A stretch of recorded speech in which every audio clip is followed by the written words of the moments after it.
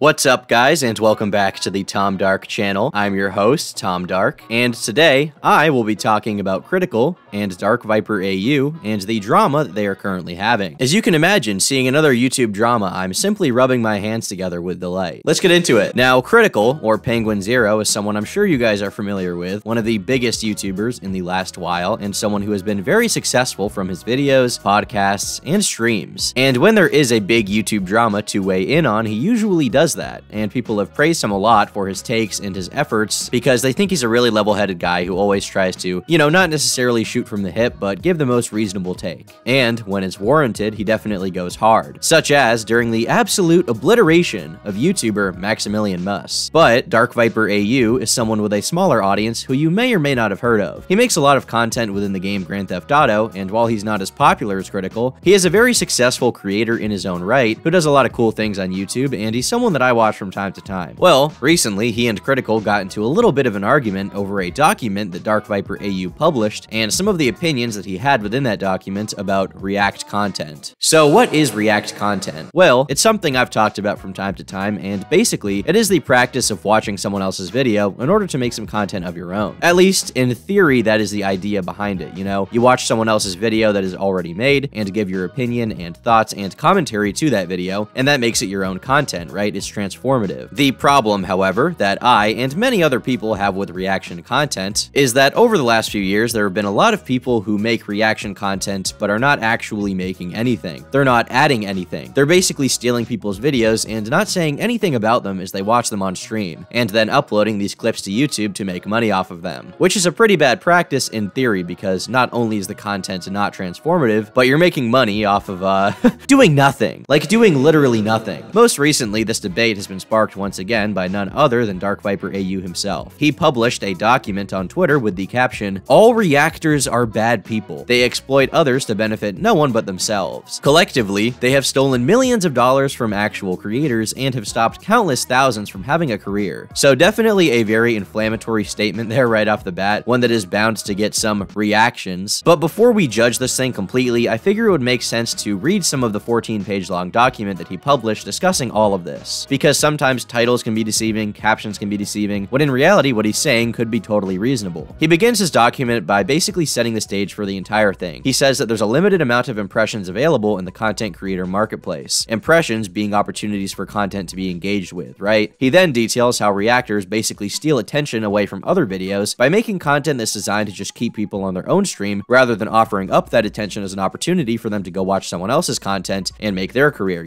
Creating actual content takes time, energy, and creativity. If you do it all yourself, you will quickly get tired, burnt out, or run out of ideas. The exploiter class, XQC, Hassan, Pokimane, Moist Critical, etc., will use this unpaid labor to avoid this expense and therefore draw the maximum viewers and revenue from actual creators. They will, of course, then upload this stolen content to their YouTube channels as well, to further maximize profits that would otherwise, again, go to actual content creators. Each of these creators earns on average $20 million a year on the backs of unpaid writers and content creators, who do not even get asked whether or not they want to be unpaid interns in these enterprises of exploitation. Quite the scam, eh? Really showing his, Australianness or Britishness, whatever he is in this, in this document. Oi, mate, what's wrong with me teeth? Unlimited free non-consensual labor, maximum profit and exposure, and only a tiny amount of effort required on their part compared to the laborers they take in from their infinite unpaid labor pool. Content creators will pick the cotton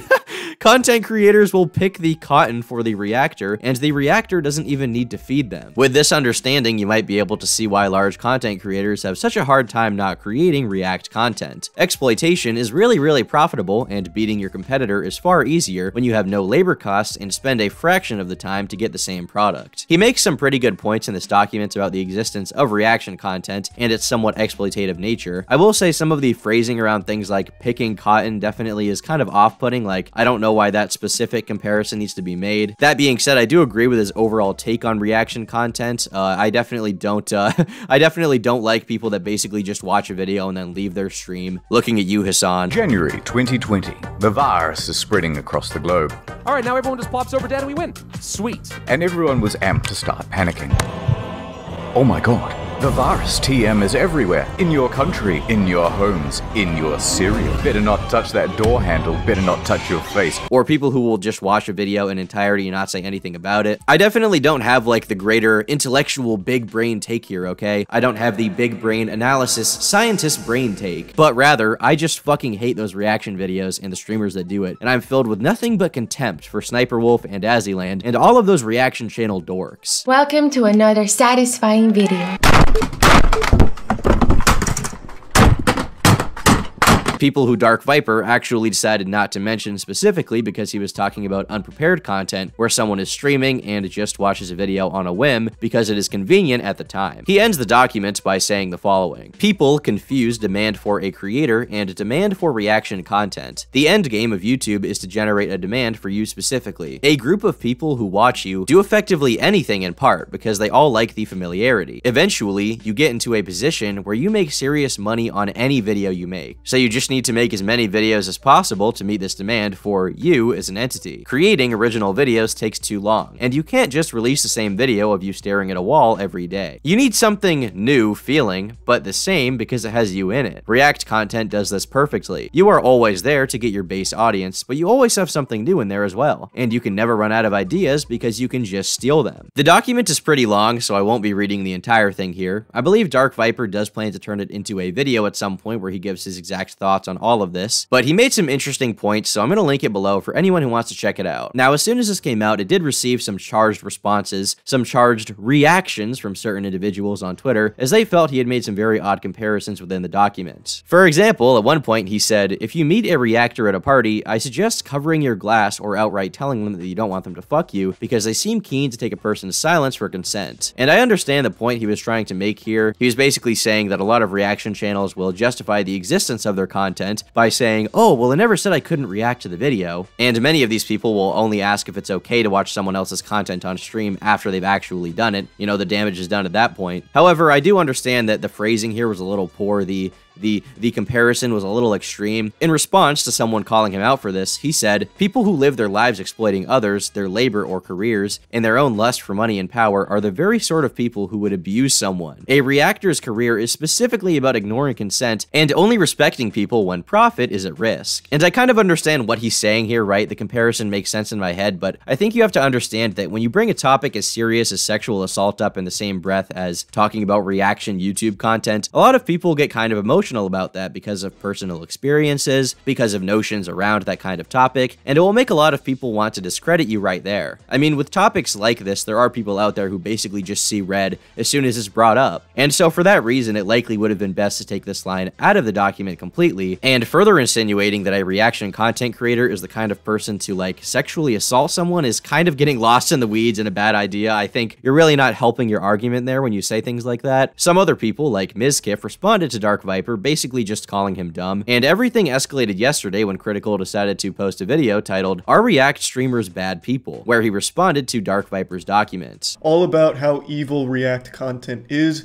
and it really heats up. This gets wild and wacky for the touchdown real quick. There's a whole section in here where he basically compares reactors to sexual abuse criminals and insinuates that they'd be likely to spike your drink at a party, take silence for consent, basically is comparing React content creators to rapists. Completely unironically, it's not some edgy joke or anything, it's posting cringe on main that he truly believes and defends in the comments when someone called him out for it. He really doubles down, puts his nuts on the table and says, yeah. In fact, I'd argue you were on the upper echelon of React content because you were doing media share nights where your community donated money for you to watch videos, as opposed to just watching videos that you wanted to share with people and reacting to those. You had people pay you to do it. Now, Charlie rightfully called out some parts of this document, which I can understand his frustration with, but at the same time, I think the main issue with his response is the fact that he decided to cherry pick some parts of the document without acknowledging the big picture and the greater arguments being made. He kind of paints DarkViper as this like unhinged maniac, when in reality, I think the worst I could say about that document is that, in my opinion, it had some very, very poor phrasing, it had some poor comparisons that did not need to be made, but the rest of it was pretty well done and I kind of understood it. And it seems that a lot of people in the comment section have been saying that Critical kind of misrepresented the document as a whole, if you take a look at that. I like Critical, but he's either intentionally misrepresenting misinterpreted or didn't understand most of DarkViper's arguments against reaction content here. Reaction content can be beneficial to some original creators, but in the grand scheme of things, it always takes impressions, and thus views, away from most other original content creators. Even if one person gets a boost from a reaction video, there are still a lot of other creators who would have gotten some impressions if the reactor didn't post their reaction video. I think people should read DarkViper's document, or at least watch his response before coming to conclusions. Kinda feels like the argument of the document was missed, rather took extreme examples out of context to criticize the examples, and not leading to the point itself. React content is kinda whack. It's not very transformative and takes away engagement from a creator's channel and any other potentially recommended channels after that. You were a super reactor. Of course you don't do that anymore and you deleted all the videos, but at one point you did engage in the exact same content that you're coming out so heavily against right now,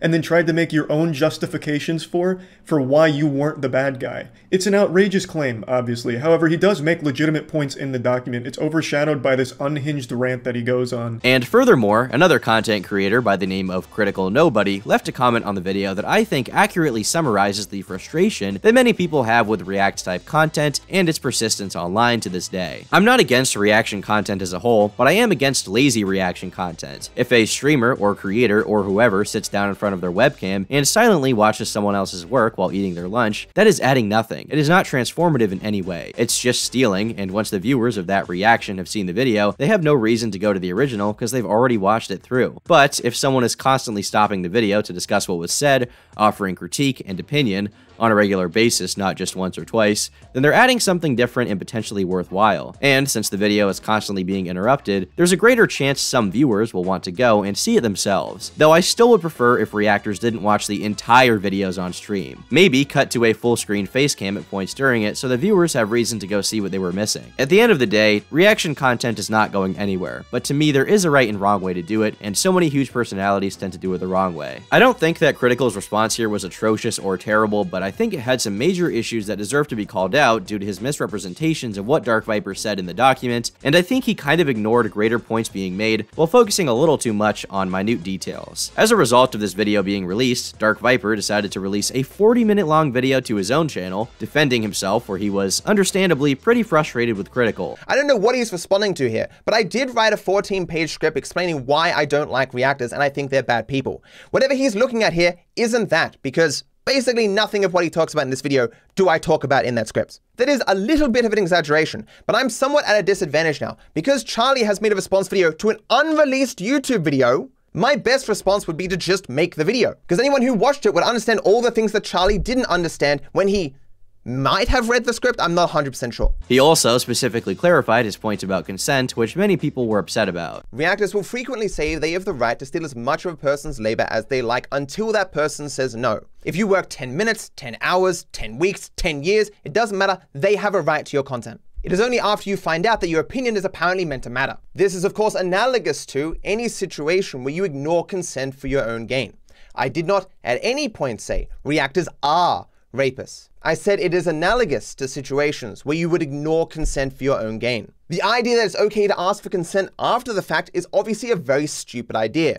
However, this is one that reactors will constantly say. As for taking silence for consent, that is literally what reactors do. A person has not given you consent to re-upload their content, and you say, well, they haven't said no yet, so I must have consent. I think he made some good points in his response that I also recommend checking out if you're passionate about this particular drama, this particular situation. If it really activates your almonds, then please go give it a watch. I personally would somewhat disagree with the idea that React streamers are bad people. I guess my personal bar to be reached for what makes someone a bad person is a lot higher than someone who's watching stupid content on stream. Even if they're technically exploiting their labor or whatever, I just don't see this as an affront to God or anything like that. I think that it is shitty. I think that it is lame. I think that I could describe it as fucking gay. But as a whole, is it that bad? No, I would say it's not the worst thing in the world. There are greater issues. I know DarkViper AU didn't say it was the worst thing in the world ever. Obviously, he didn't make that point, but I just want to be clear that, like, I mean, I do care a little bit about this. Like, it does matter to me. I think that there is a right and wrong here, but I don't care enough to, like, shake my fist at God with rage over it. Even if technically I think that a lot of streamers are being lazy leeches. And today, Critical actually released a response to DarkViper AU. He opens by saying that his intent was simply to point out issues with the document rather than to intentionally misrepresent it. And I think this was really the right move from him because he recognized that he did not understand some of the arguments being made, and he wanted to make it clear that it wasn't a malicious thing or anything like that. I took a bit of an L+